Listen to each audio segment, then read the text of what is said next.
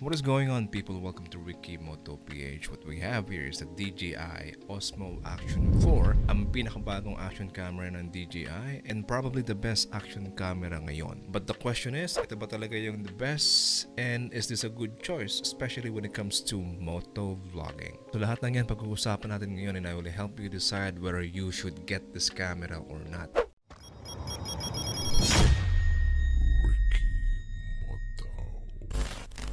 Now, I've been using this camera for the past few weeks as my main vlogging camera. So, umulan, umaraw, umaga o gabi, at kahit sa ilalim ng tubig nasubukan na ng camera na to.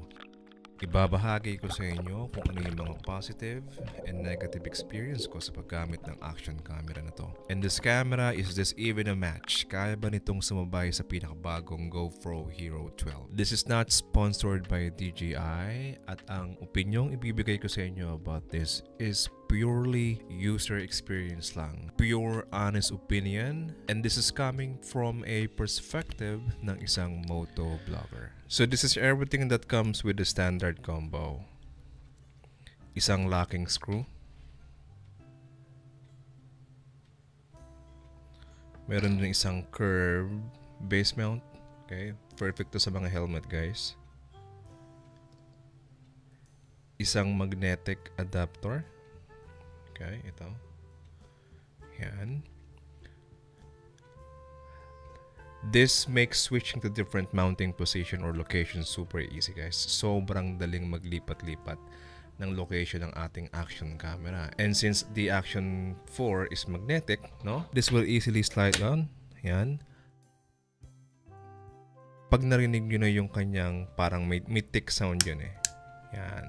So, ibig sabihin, sobrang nakalock na siya. And this is not easily gonna fall off. Hindi siya madaling matanggal. Isang USB Type-C to Type-C power delivery and data transfer cable. No? At syempre, yung kanyang battery na ang capacity ay 1,770 mAh, which will power your Action 4 ng up to 160 minutes if you're recording in 1080p. And almost an hour and a half naman if you are recording in 4K. Pero syempre, depende pa rin yan sa mga maraming factors, no? Like screen brightness, dual screen, and ang video frame rate. You also have this anti-slip ring, no? Extra lens hood. This one. Manuals. And then syempre, may kasama siyang plastic frame na bukod sa protection, magagamit din natin to when it comes to changing the orientation of our camera from 16:9 into 9:16. Yan. Ito yung mga pang mobile, pang mga TikTok, mga shorts, no? Yan. Now, this is the actual camera. Buksan natin. So, meron siyang dalawang touchscreen, no? Yan. Maganda tong front touchscreen niya, basically kapag nakamount siya and you don't have any access to the main screen, no? So, madaling mag-change ng settings. So, yung kanyang rear screen is 2.5 inch, okay? And then yung kanyang harap naman ay 1.4. This camera can actually support up to 512 gigabytes na micro SD card storage. And I'm gonna flash sa screen naman yung mga recommended, official recommended micro SD cards.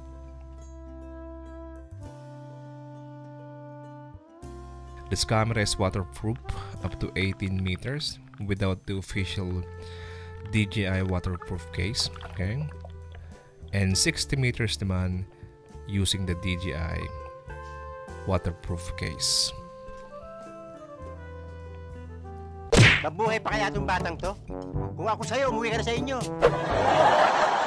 Na kung gumagamit kayo ng Osmo Action 3, which is the older version nito, no, pretty much mapapansin nyo na parehong-pareho yung kanyang form factor. Now, let's talk about the biggest update and selling point ng camera na to. Ito ay ang kanyang camera sensor size which is bigger than the older Action 3.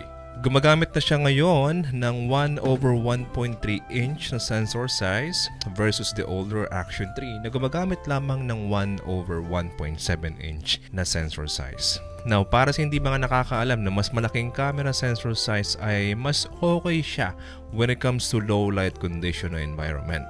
And actually, this is one of the things na lamang tong kamerang to kahit na sa pinakabagong GoPro Hero 12. Now, isa pa sa mga nagustuhan ko sa kamerang ito ay yung actual size niya at saka yung kanyang weight. Now, the Osmo Action 4 ay merong tinatawag na D-Log-M 10-bit color profile. So, if you are into color grading, no, pwede mo yung gamitin. But if you are not, you can put the settings into normal color profile and then set everything in auto mode. Meron ka ring option para manipulahin ang iyong exposure. You can set that into manual, okay, or auto. Yan. Pati ang iyong white balance. Pero ako palaging auto settings lang tayo. Now, when it comes to the resolution of this camera, meron tayong tatlong option. So, we have the 1080p, meron din 2.7K, o di kaya naman ay 4K.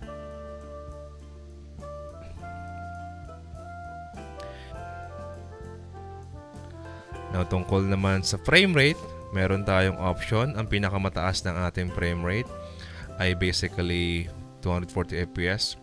Okay? And then, 120 FPS kung 2.7K at saka 4K. Now, si DJI Osmo Action 4 ay merong dalawang level ng stabilization. Ang tawag ni DJI dito is Rocksteady and Rocksteady Plus. Yan. Actually, Rocksteady lang is sapat na. Meron pa kasing additional crafting.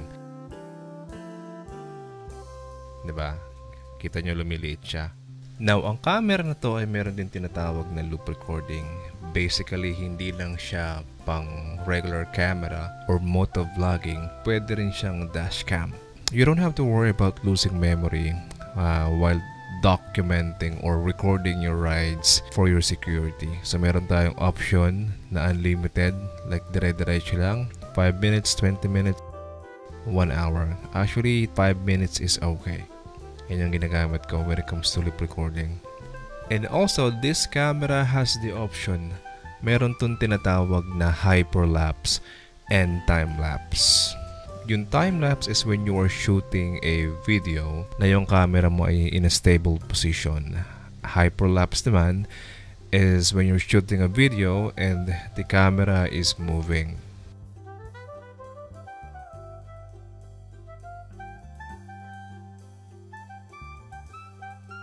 Now, hindi nagbago yung kanyang 155 field of view. Pareho pa rin siya ng Action 3, no? So, pag naka 1080p ka na resolution, meron kang 4 na option, which is narrow, standard D-warp, wide, and ultra-wide. Now, in my experience, ang pinakang the best na gamitin when it comes to motovlogging is yung ultra-wide 4:3 aspect ratio. Kasi sobrang laki ng kanyang field of view, kuha talaga lahat, including the dashboard, bandang baba ng dashboard ng motor mo, and everything in front of you. Isa pang napaka-cool na feature ng kamerang ito is if you have like favorite setup, no? Meron kang paboritong setting sa camera mo, pwede mo yung gawin dito, up to 5 preset profiles. Isa pang solid feature ng camera na to is yung kanyang DJI Mimo app. Buksan mo lang yung data ng phone mo. I mean the Wi-Fi, Bluetooth at saka yung location niya. And then access the DJI Mimo app. Sobrang bilis niya mag-connect, guys. Yan. Kailan tayo. There you go. Yan. So nakikita ng cellphone mo basically yung nakikita ng camera mo. Alright. And because of this, you can also use your phone as a remote control na pwede mong gamitin pang-adjust ng settings in case mahirap i-access yung camera mo. Like for example, nakakapit sa helmet guys. No? So pwede mo tong gamitin. Adjust ka ng settings dito, which is very convenient. Now, since gagamitin to sa motovlogging, let's talk about the audio quality of this camera using an external or the built-in audio niya. No? Tingnan natin kung anong quality niya. Ito ang example ng audio quality ng camera na to using an external microphone na Sony ECM LB1 and then a Boya BYK4 3.5 TRS to USB Type-C adapter. Ito yung mga panahong gustong-gusto natin kasi hindi mainit, no? Mukhang hindi naman uulan yan kasi doon sa may bandang kaliwa. Langit. Kita ko medyo, medyo maliwanag naman. So hopefully hindi siya umulan. And eto naman example ng kanyang audio quality using the built-in microphone. What is going on, people? This is your Ricky Boy, Ricky Moto PH. So there you go. I guess this is where I have to end the vlog. So ano nga ba, Sir Rick? Am I gonna be recommending this camera sa inyo? Well, the answer is absolutely yes. Absolutely yes, guys. Yes, may mga room for improvement pa siya, like the maximum resolution at saka yung kanyang video and image quality. Pero if you will ask me, napaka-solid pa rin ng camera na to, and I'm even planning buying a second Action 4, no? Well, to give you like a summary, ito yung mga features niya na talagang solid na nagustuhan ko based on my needs and my experience, no? Number 1, yung kanyang solid build quality. Ramdam mo talaga pag hinawakan mo siya, yung tibay niya nandun eh. Saka yung premium material, no? Hindi siya tinipid. Yung pangalawa is yung reliability ng camera na to, no? For the past 1 month that I've been using it, basically never pa akong nagkaroon ng issue o ipinahiya nitong camera na to. Solid yung kanyang battery life, walang overheating issue, walang focusing issue.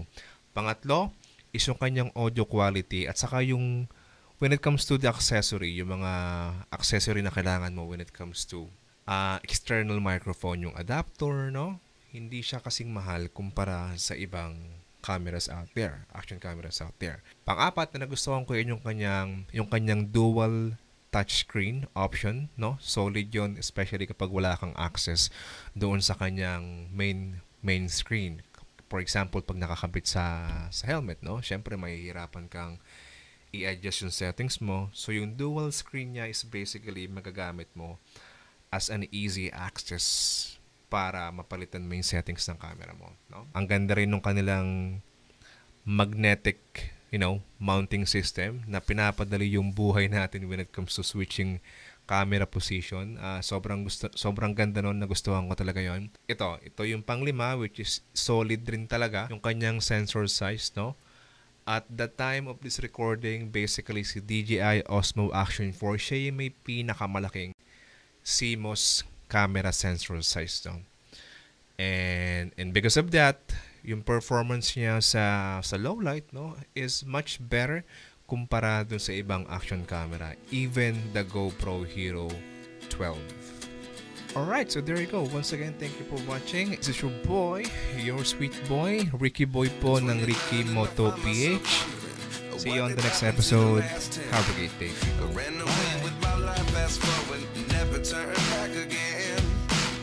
It's kind of funny that the more we pass time, the more we need to set the rewind. And 19 was the year I had to leave you, but now I'm seeing all the signs. Is this